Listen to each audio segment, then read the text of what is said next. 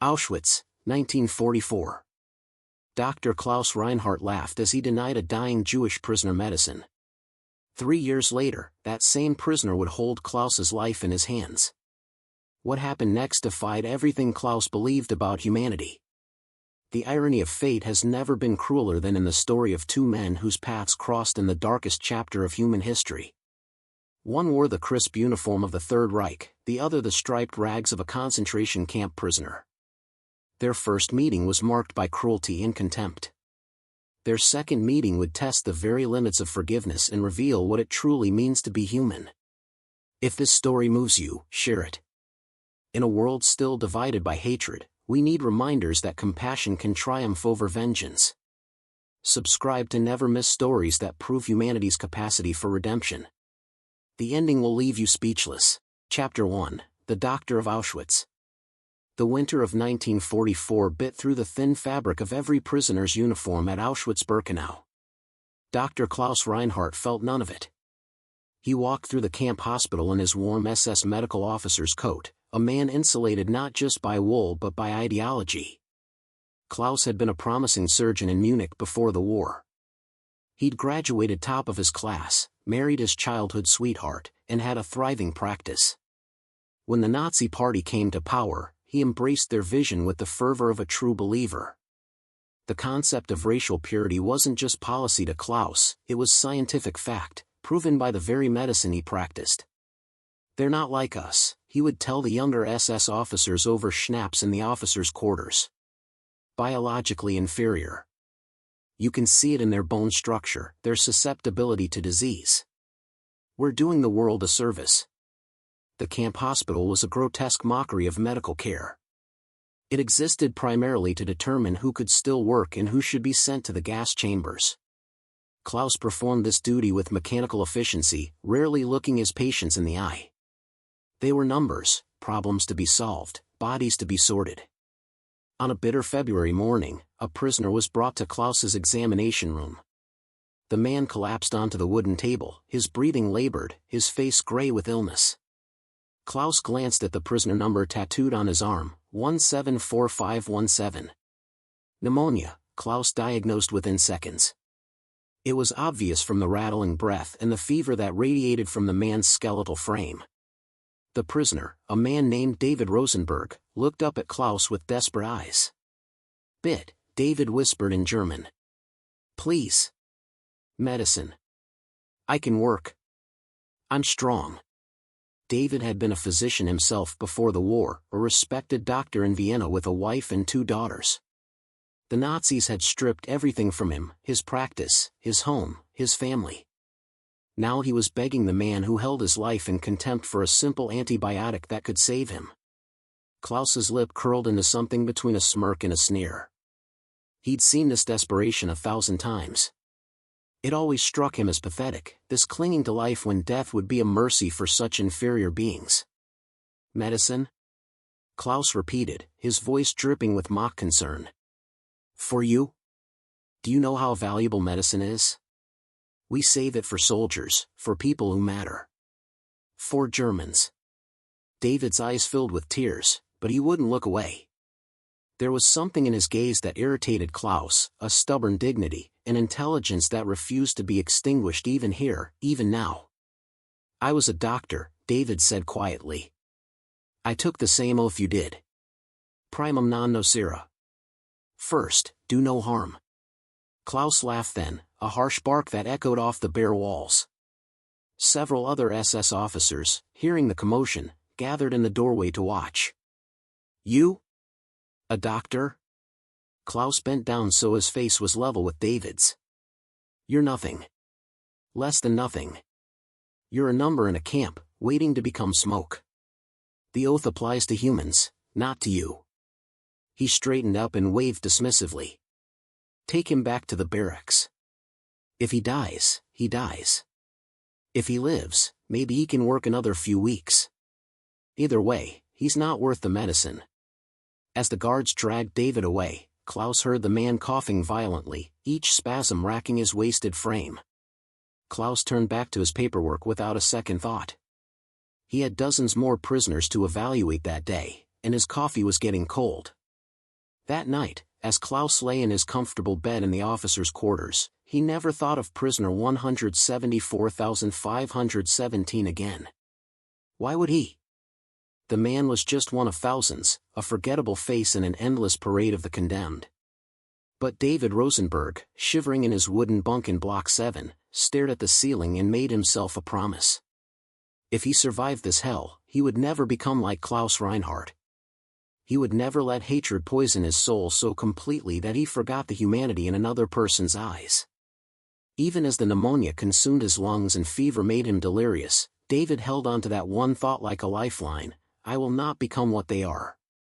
Against impossible odds, David's body fought off the infection. His immune system, pushed beyond all reasonable limits, somehow found the strength to overcome the pneumonia. 3 weeks later, still weak but alive, David returned to his work detail, carrying stones for the expansion of the camp.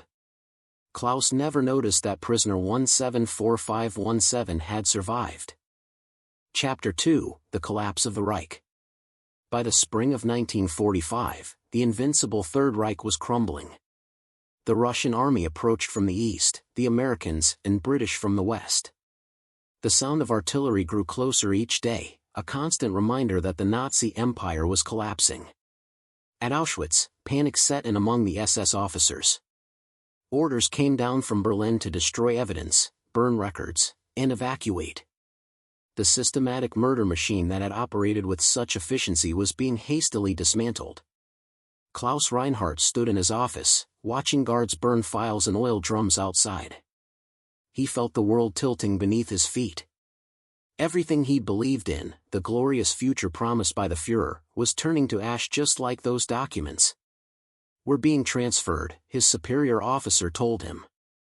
Everyone's heading west. The Russians are coming, and they won't take prisoners. We need to leave tomorrow.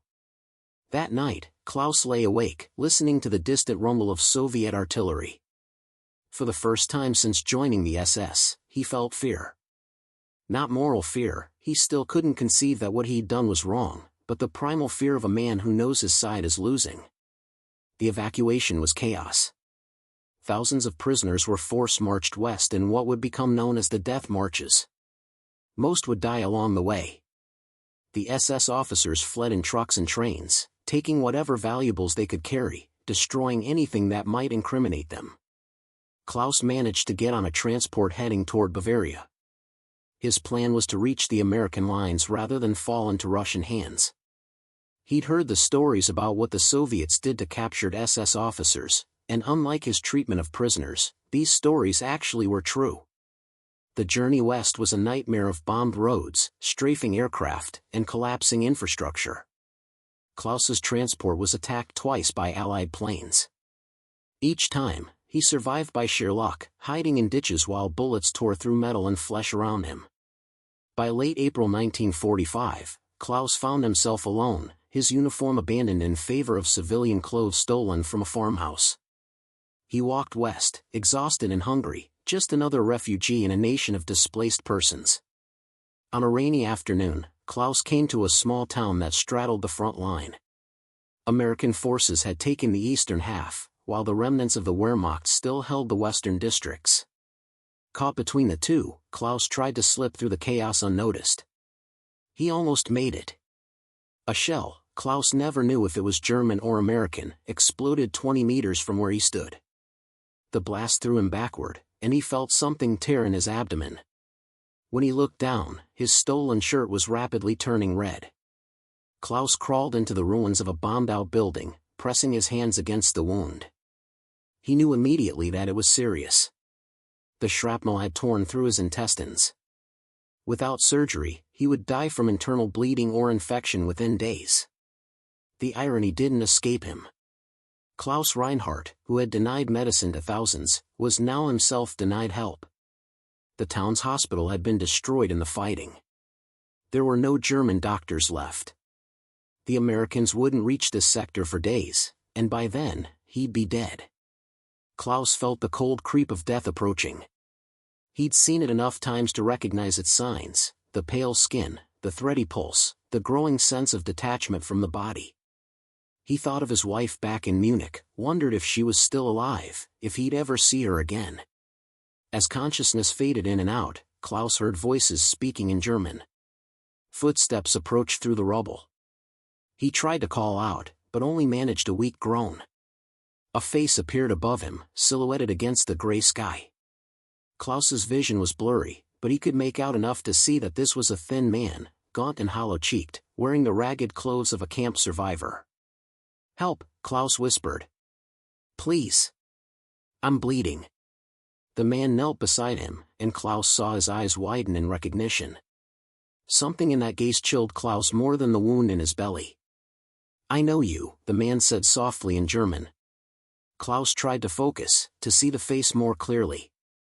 There was something familiar about those eyes, that voice. "Prisoner 174517, the man said. "Auschwitz. February 1944. I had pneumonia, and I begged you for medicine. Do you remember?" The words hit Klaus like a physical blow. His mind, even in its weakened state, raced back to that day. The laughing. The mockery. The contempt. Suddenly, he remembered, the prisoner who claimed to have been a doctor, the man he'd denied treatment, the one he'd called less than human. "David Rosenberg," the man said, introducing himself properly for the first time. "I survived your diagnosis. Now you need mine." Chapter 3, The Diagnosis. David Rosenberg looked down at the man who had once held his life in contempt. Klaus Reinhardt, the SS doctor who had laughed at his suffering, now lay bleeding in the rubble, completely at David's mercy. The wound was severe, David could see that immediately with his physician's eye, even after years of starvation and deprivation. Shrapnel had penetrated the lower right quadrant of Klaus's abdomen. Without immediate intervention, peritonitis would set in, followed by septic shock. Klaus had perhaps 48 hours to live, maybe less. David had been liberated from Auschwitz by Soviet forces 3 weeks earlier. He'd been among the few thousand prisoners too sick to be evacuated on the death marches. When the Red Army arrived, David was barely alive, weighing less than 90 pounds, his body ravaged by years of systematic starvation and disease. But he'd survived. Against impossible odds, David Rosenberg had survived. The Soviets had sent him west with other displaced persons, providing basic food and medical care. David's body began the slow process of recovery, but his mind remained in Auschwitz.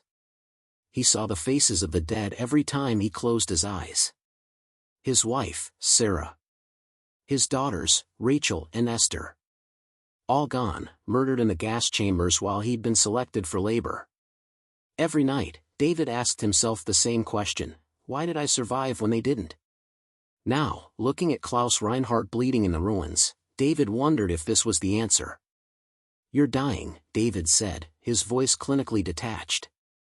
He knelt beside Klaus, examining the wound without touching it. "The shrapnel has perforated your intestines. You need surgery within the next few hours, or you'll die from internal bleeding and infection." Klaus's eyes widened with desperate hope. "You can help me. You're a doctor. Please." David sat back on his heels, studying the man before him. Klaus had aged in the years since their last meeting.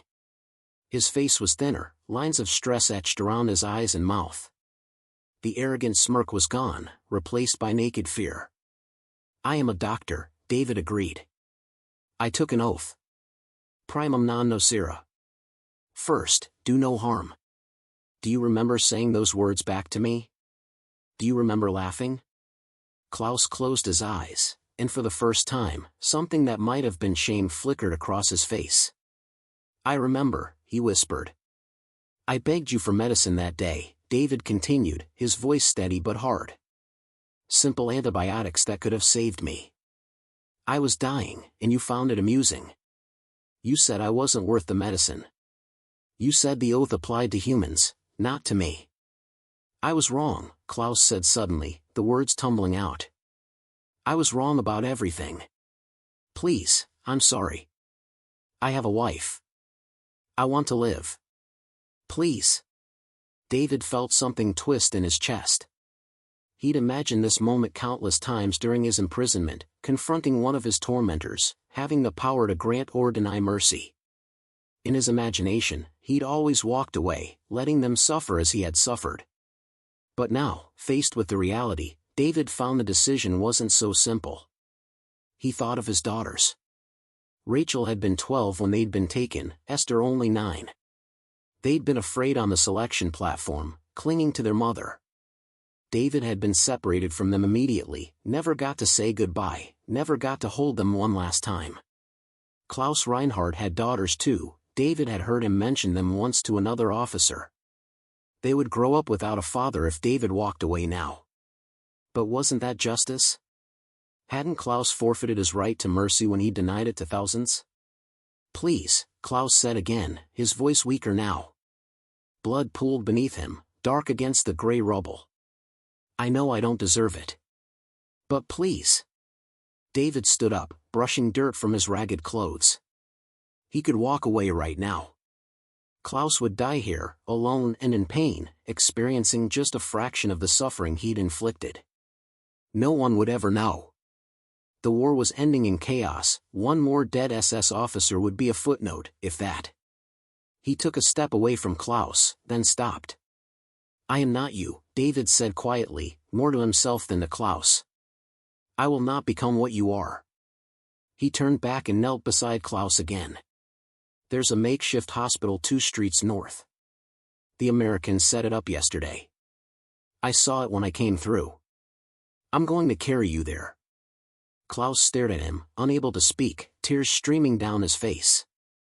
But understand this, David said, his voice hard as stone. I'm not doing this for you. I'm doing this because of who I am, not who you are. I'm doing this because I will not let what you did to me change what I believe about human life. I'm doing this so that when I think of my daughters, I can still be the father they knew, not the monster you tried to make me. David carefully assessed Klaus's condition. Moving him would be agonizing and dangerous, but leaving him was certain death. He needed to stabilize the bleeding first. David tore strips from his own shirt, thin, ragged fabric that was nearly useless, but it was all he had. He fashioned a crude pressure bandage over Klaus's wound, working with the skill of a surgeon even though his hands shook from malnutrition and exhaustion. Klaus cried out in pain as David tightened the bandage. I know it hurts, David said. But if I don't do this, you'll bleed out before we get there. When the bandage was as secure as David could make it, he positioned himself to lift Klaus. It would be nearly impossible. David weighed barely more than 100 pounds, his muscles wasted from years of starvation. Klaus, even emaciated by the chaos of the war's end, was much heavier. This is going to hurt, David warned. Try not to move too much. He got Klaus into a fireman's carry, the weight nearly buckling his knees. Pain shot through David's back and legs, muscles that hadn't been asked to bear such weight in years screaming in protest. David took one step, then another. The hospital was 2 streets away, but it might as well have been 2 miles. Chapter 4, The Journey. Every step was agony. David's legs trembled beneath Klaus's weight, his malnourished body pushed far beyond its capacity. 50 meters from where he'd found Klaus, David's knees buckled and he collapsed, both men falling to the rubble-strewn street. Klaus groaned in pain. David lay beside him, gasping for breath, his vision swimming with black spots. Every muscle in his body screamed for rest, for food, for an end to this impossible task. Leave me, Klaus whispered. You can't carry me. Save yourself. David wanted to agree. His body was begging him to walk away, to let nature take its course. But something deeper than physical strength drove him forward. If he gave up now, if he let Klaus die when he could have saved him, then the Nazis had won. They had succeeded in breaking him, in making him less than human. No, David said through gritted teeth. He forced himself to stand, his legs shaking. We keep going. He got Klaus up again, this time in a different position, dragging him with Klaus's arm over David's shoulder. It was slower, but David could manage it longer. They moved through the destroyed town like a grotesque 3-legged creature, one step at a time. Other survivors passed them in the street, refugees fleeing the fighting, soldiers from both sides who'd abandoned their posts, civilians emerging from basements where they'd hidden for days. Some stared. Most looked away, too consumed by their own survival to care about two more casualties of war. David's world narrowed to the next step, then the next. His feet found purchase on broken bricks and shattered glass. Blood from his own cuts mingled with Klaus's blood, but David didn't stop. "Why are you doing this?" Klaus asked, his voice weak. "After what I did to you. After everything." David didn't answer immediately. He was saving his breath for walking, but the question hung in the air between them. Finally, as they paused at a corner where a building had collapsed across their path, David spoke. "In Auschwitz, I had a choice every day," David said. "I could let that place destroy my soul, or I could fight to remain human. Every morning, when they counted us like cattle, I would recite the Hippocratic Oath in my head. Every night, as men died in the bunks around me, I would remember my daughters' faces and promise myself that if I survived, I would still be the man they knew. Their father. A doctor. A human being." He adjusted Klaus's weight and continued walking. "You tried to take that from me. You and every SS officer in that camp tried to reduce us to animals, to prove we were less than human. But you failed. I'm still a doctor. I still believe that every life has value, even yours." Klaus was silent for a long moment. When he spoke, his voice was thick with emotion. "I was so sure we were right. The party, the ideology, all of it. I believed it completely. I thought I was serving a higher purpose." "How did you believe it?" David asked, his voice sharp. "How did you look at prisoners, at human beings, and convince yourself they weren't worthy of basic medicine, of basic dignity?" "I don't know," Klaus whispered. I thought it was science. Fact. They taught us in medical school about racial biology, about genetic superiority. It all seemed so logical, so rational. And when everyone around you believes the same thing, when your government, your professors, your friends all tell you it's true. He trailed off. "That's not an excuse," David said flatly. "I know." Klaus's voice broke. "I know it's not. But it's the only explanation I have. I was a coward. I was ambitious. I wanted to be part of something greater than myself, and I didn't look too closely at what that something actually was. By the time I realized, by the time I saw what we were really doing." He couldn't finish the sentence. They reached another intersection. David could see smoke rising from a building ahead, the makeshift hospital. They were close now, perhaps another 100 meters. But David's body was failing. His legs gave out again, and this time, he couldn't get up immediately. He lay on the cold stone, chest heaving, wondering if he had anything left to give. Klaus rolled onto his side, looking at David's exhausted face. "You've done enough," he said. "More than anyone could expect. If I die here, at least I'll die knowing that I was wrong about you. About all of you." David shook his head. "We're almost there." He forced himself to stand one more time, pulling Klaus up with him. "I didn't carry you this far to quit now." The final 100 meters took 20 minutes. David fell twice more, each time dragging himself back to his feet through sheer willpower. His hands were bleeding from the rough stones. His back felt like it was on fire. But he kept moving. Finally, impossibly, they reached the entrance to the makeshift hospital, a partially intact building that the American Medical Corps had commandeered. Exhausted medics and doctors moved between cots filled with wounded soldiers and civilians. David stumbled through the door, Klaus still draped across his shoulders. "Doctor," he called out in English, his voice hoarse. "This man needs surgery. Abdominal trauma." An American Army doctor, Captain James Morrison, looked up from the soldier he was treating. He took in the strange sight, a skeletal man in concentration camp rags carrying what appeared to be a civilian in German clothes. "Over here," Morrison said, gesturing to an empty cot. "What happened?" David carefully lowered Klaus onto the cot, then collapsed into a chair beside it, unable to stand any longer. Shrapnel wound, he managed to say. Intestinal perforation. He's been bleeding internally for at least 2 hours. Morrison examined Klaus quickly, his experienced hands probing the wound. You're right. He needs immediate surgery or he's not going to make it. He looked at David with new respect. You a doctor? David nodded. I was. Before the war. In Vienna. Morrison's eyes flicked to the number tattooed on David's arm, visible through the tattered sleeve of his shirt. Understanding dawned on his face. You came from the camps.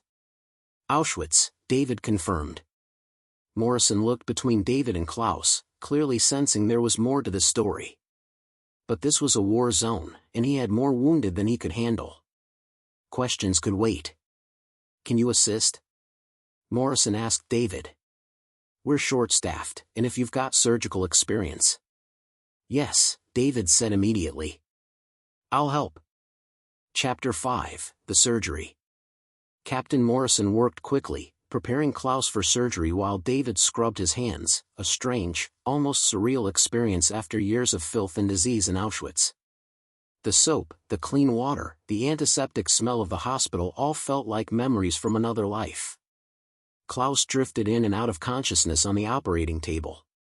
Morrison had given him morphine, but supplies were limited, and the dosage was lower than ideal. Klaus would feel pain during the procedure. Ready? Morrison asked David as they stood over Klaus's unconscious form.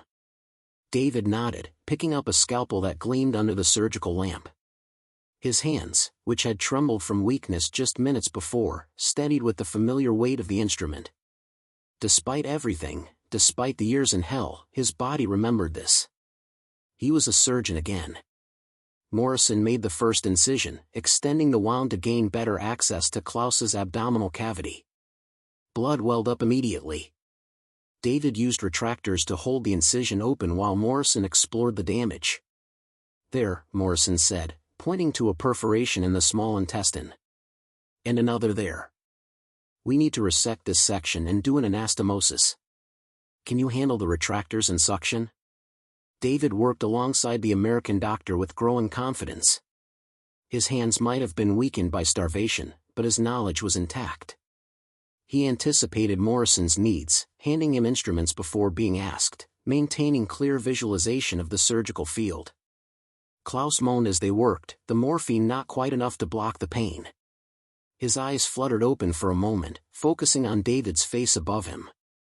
Stay still, David said quietly. We're fixing you. It took 3 hours to repair the damage. Morrison meticulously cleaned the abdominal cavity, checking for additional injuries, while David assisted with the precision of a trained surgeon. They removed the damaged section of intestine and reconnected the healthy ends. They sutured a small nick in Klaus's liver that had been bleeding slowly. They irrigated and drained and closed. Finally, Morrison stepped back, satisfied. That should do it. If infection doesn't set in, he'll live. He looked at David with respect. You're a skilled surgeon. Where did you train? University of Vienna, David said, setting down his instruments. I had a practice there before. He gestured vaguely, unable to find words for what had happened to his life. Morrison nodded solemnly. My unit was at Buchenwald when we liberated it. I saw. He paused, his own words failing him. I can't imagine what you went through. They moved Klaus to a recovery area, a corner of the building where other post-operative patients lay on cots. David collapsed into a chair beside Klaus's bed, exhaustion finally overwhelming him. Morrison brought him food, real food, warm soup and bread that tasted like heaven after years of watery gruel. You should rest, Morrison said. You look like you're about to collapse. I will, David promised. But I want to monitor him for the next few hours. Make sure there are no complications. Morrison left to attend to other patients, and David sat alone with Klaus. The German was unconscious, his breathing steady but shallow. Despite the surgery's success, he wasn't out of danger yet. The next 24 hours would determine whether Klaus lived or died. As David watched over his patient, his enemy, his tormentor, the man who had denied him mercy, he felt a profound exhaustion that went beyond the physical. He was tired of hate, tired of suffering, tired of the entire endless nightmare of the past 5 years. Klaus woke several hours later, his eyes unfocused with pain and morphine. He looked up at David, who still sat beside his bed. "I lived?" Klaus asked, his voice a raspy whisper. "You lived," David confirmed. "The surgery was successful. If you don't develop an infection, you should recover." Klaus closed his eyes, tears leaking from the corners. "Why?" he asked. "After what I did, why would you save me?" David had been asking himself the same question for hours. Now, watching Klaus's tears, he finally had an answer. "Because that's the difference between us," David said quietly. "You saw people you considered inferior and chose to let them die. I saw my enemy, the man who tried to destroy me, and chose to let him live. Not because you deserved it. Not because I forgave you. But because I am still the man I was before Auschwitz. I am still a doctor. I am still human." "I don't deserve it," Klaus whispered. "No," David agreed. "You don't. But my humanity isn't dependent on your worthiness. It's who I am, not what you are." Klaus turned his face away, his body shaking with sobs. "I'm sorry," he said. "I know it means nothing. I know it doesn't change anything. But I'm sorry. For you, for all of them. I'm sorry." David felt no satisfaction in Klaus's breakdown, no sense of vindication. He felt only tired. "Your apology doesn't bring back my wife," he said. "It doesn't bring back my daughters. It doesn't undo the suffering of the thousands who died because of doctors like you." "I know," Klaus said, his voice breaking. They sat in silence for a long time. Outside, the sounds of war continued, distant artillery, the rumble of tanks, occasional small arms fire. But inside this ruined building, in this small corner of hell, 2 men sat with the weight of history between them. Finally, David spoke again. "But maybe it can mean something for the future. Maybe you can spend the rest of your life trying to make amends. Not to me, you can never make amends to me. But to the world. Maybe you can make sure that what you did, what you believed, never happens again." Klaus looked at him, desperate hope flickering in his eyes. "How? How do I do that?" "You bear witness," David said. "When this war ends, there will be people who deny what happened. There will be people who try to minimize it, to justify it. You were there. You were part of it. You tell the truth about what you saw, what you did. You make sure the world never forgets." "I will," Klaus promised. "I swear to you, I will." David stood up, his legs unsteady. "I need to rest. The American doctor said they'll move you to a better facility in a few days. You should recover fully." "Will I see you again?" Klaus asked. David paused, then shook his head. "I don't think so. I don't want to see you again. I saved your life because that's who I am, but I don't forgive you. I can't." "I understand," Klaus said. David walked away, leaving Klaus Reinhardt alive, saved by the very man he had once mocked and left to die. Chapter 6, The Aftermath. 10 years later, 1955. David Rosenberg stood before a classroom of medical students in New York. At 53, he had rebuilt his life from the ashes of the old. He had a small practice in Brooklyn, treating immigrant families who reminded him of the community he'd lost. He had remarried, not to replace Sarah, but to continue living. His new wife, Ruth, was also a survivor. They understood each other's silences, the nightmares, the complicated guilt of survival. He had no children. Rachel and Esther could never be replaced. Today, David was giving a guest lecture on medical ethics. He spoke about the Hippocratic Oath, about the responsibility doctors bore to their patients, about the dark history of physicians who had betrayed their calling. In Nazi Germany, David told the attentive students, Doctors participated in genocide. They performed experiments on prisoners. They made selections at concentration camps, deciding who would live and who would die. They abandoned every principle of medical ethics and became murderers in white coats. He paused, his throat tight. I knew one of these doctors. In Auschwitz, I begged him for medicine that could have saved my life. He laughed at me. He said I wasn't worth the medicine, that I was less than human. The students listened in horrified silence. 3 years later, David continued, I found that same doctor wounded and dying. I was free. He was helpless. I could have walked away and let him die.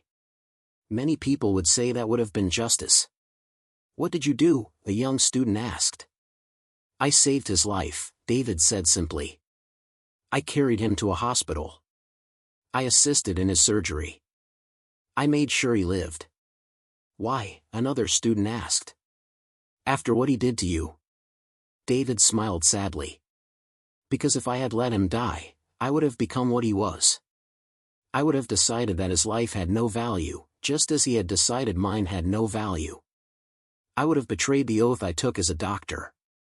I saved him not because he deserved it, but because I needed to remain the person I was. He let the lesson sink in before continuing. Medicine is not just about science and skill. It's about ethics. It's about recognizing the fundamental humanity in every patient, even the ones who don't recognize yours. The moment you decide that some lives matter less than others, you've stopped being a healer. You've become something else entirely. After the lecture, several students approached with questions. One young woman asked if David had ever heard from the Nazi doctor again. Once, David admitted. He sent me a letter through the Red Cross about 5 years ago. He didn't tell them what the letter had said, but he remembered every word.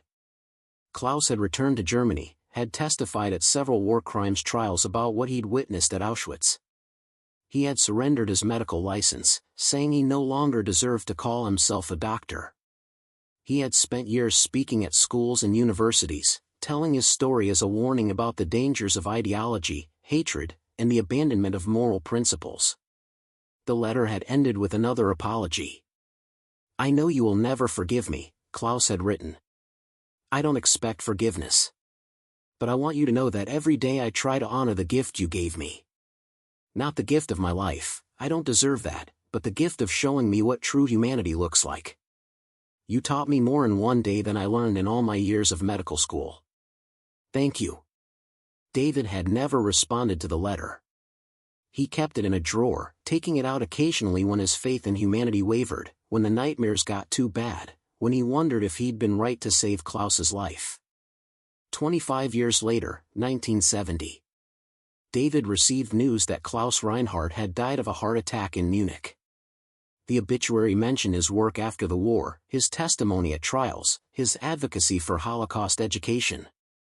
It mentioned that he had devoted the last 25 years of his life to making amends for his past. David read the obituary 3 times, feeling, what? Not satisfaction. Not forgiveness. Something more complicated, a sense of closure, perhaps, or validation that his choice to save Klaus had led to something meaningful.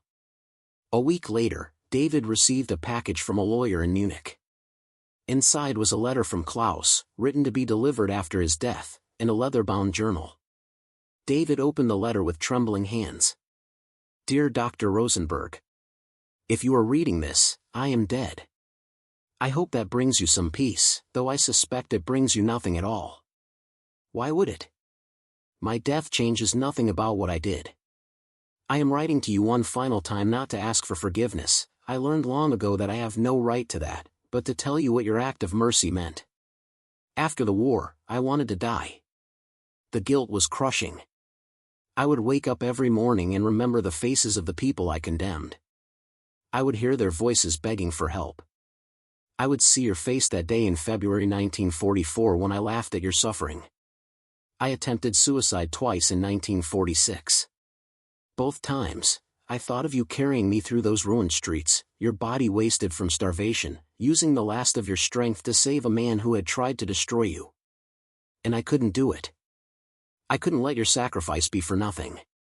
So I lived. But I dedicated every day of my life to trying to earn the gift you gave me. Not forgiveness, I know that's impossible. But purpose. The enclosed journal contains the testimony I gave at various trials, the speeches I made at schools, the letters I received from people who said that hearing my story, hearing how someone like me could be so wrong, helped them recognize hatred in their own hearts before it consumed them. I cannot undo what I did. But perhaps, in some small way, I prevented others from making the same mistakes. Perhaps I saved a few lives by admitting how many I had destroyed. If so, that is entirely because of you. You showed me what humanity looks like when I had forgotten it completely. You proved that the ideology I had believed was a lie. You demonstrated that compassion was stronger than hatred, that morality was not relative, that every life has inherent worth. I hope you have found some happiness in your life, Dr. Rosenberg. I hope you have known love and peace. You deserve all the good things I can never have. Thank you for not becoming what I was. Thank you for remaining who you are. Klaus Reinhardt. David set down the letter and opened the journal. Page after page documented Klaus's work over 25 years. Testimony that had helped convict other war criminals. Speeches at German schools warning about the dangers of following authority without moral consideration. Letters from teachers, students, clergy members who had been moved by Klaus's story. One letter, from a young German teacher in 1968, particularly struck David. Herr Reinhardt, I wanted to thank you for speaking to my students. One boy, Friedrich, came to me after your talk. He had been involved with a neo-Nazi group, his older brother had recruited him, and he was starting to believe their ideology. After hearing your story, after hearing you describe how you had believed the same things and where it led, he broke down crying. He said he didn't want to become what you had been. He left the group. You may have saved his life, or the lives of people he might have hurt. Thank you for your courage in telling your story. David closed the journal, tears streaming down his face. He thought of his daughters, of all the children who had died in the camps. Klaus's testimony hadn't brought them back. His advocacy hadn't erased the past. But perhaps it had prevented some small portion of that horror from repeating. Was that enough? David didn't know. He would never know. 43 years later, 1988. David Rosenberg was 86 years old, living in a small apartment in Manhattan. His second wife, Ruth, had passed away 2 years earlier. His body was failing, the years in Auschwitz had taken a toll that no amount of time could fully heal. A young filmmaker named Rebecca came to interview him for a documentary about Holocaust survivors. She was the granddaughter of survivors herself, part of a generation trying to preserve the memories before all the witnesses were gone. What do you want people to remember most? Rebecca asked, her camera recording. David thought about the question for a long time. He thought about Sarah and his daughters. He thought about the faces of the dead in Auschwitz. He thought about Klaus Reinhardt, both the monster who had mocked him and the man who had spent 25 years trying to atone. I want people to remember that we remained human, David said finally. They tried to reduce us to numbers, to animals, to things. But we remained human. We helped each other. We shared our bread. We comforted the dying. We held on to our dignity even when they tried to strip it away. Is there anything else? Rebecca prompted. David smiled sadly. I want people to know that choosing to remain human is hard. It would have been so much easier to let hatred consume me, to seek revenge, to become as cruel as my oppressors. But I chose differently. And that choice, that constant, daily choice to remain compassionate even in the face of evil, that is how we won. Won? Rebecca asked, confused. But so many died. How is that winning? We won because we didn't become them, David said. That was always the real battle. Not whether we would survive, most of us didn't. But whether those who survived would carry forward the values we believed in or would become consumed by the hatred directed at us. Every time a survivor chose compassion over revenge, chose to build rather than destroy, chose to teach rather than hate, we won. We proved that the best of humanity can survive the worst of humanity. Rebecca leaned forward. Is there a particular moment when you made that choice? David told her about Klaus. He told her about the day in Auschwitz when he was denied medicine. He told her about finding Klaus wounded and dying. He told her about the choice he had made to save him. Do you regret it? Rebecca asked. David was quiet for a long moment. Every time I think about my daughters, part of me regrets it. Every time I remember the thousands who died because of doctors like Klaus, I regret it. But then I think about who I would have become if I had walked away. I think about the man my daughters knew as their father. Would he have let someone die when he could have helped? And I know I made the right choice. Not for Klaus. For me. For them. For the man I needed to remain. What happened to Klaus? Rebecca asked. David retrieved the journal Klaus had left him, now worn and read many times over the years. He handed it to Rebecca. He spent the rest of his life trying to prevent others from making his mistakes, David said. He couldn't undo what he did. But maybe he prevented some future atrocities. Maybe his testimony helped save lives. I'll never know for sure. Do you forgive him? Rebecca asked, the question everyone always asked. No, David said simply. I don't forgive him. What he did is unforgivable. But I don't regret saving his life, either. Those are two different things. Forgiveness isn't always possible. But choosing to act with compassion, that's always possible. That's always necessary. Rebecca turned off the camera, but she had one more question. Dr. Rosenberg, if you could go back and talk to your younger self, the man in Auschwitz who was denied medicine, what would you tell him? David closed his eyes, seeing that younger version of himself, weak with pneumonia, looking up at Klaus's mocking face. I would tell him that he's going to survive, David said quietly. I would tell him that the man who denied him mercy will one day need his mercy. I would tell him to save Klaus's life, not because Klaus deserves it, but because that's who we are. That's who we've always been. That's who we refuse to stop being, no matter what they do to us. He opened his eyes and looked at Rebecca. And I would tell him that his daughters would be proud of the choice he made. That Sarah would understand. That remaining human in the face of inhumanity isn't weakness, it's the strongest thing a person can do.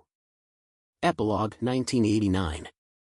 David Rosenberg died peacefully in his sleep on a cold January morning. He was 87 years old. At his funeral, Rebecca showed the interview she had recorded.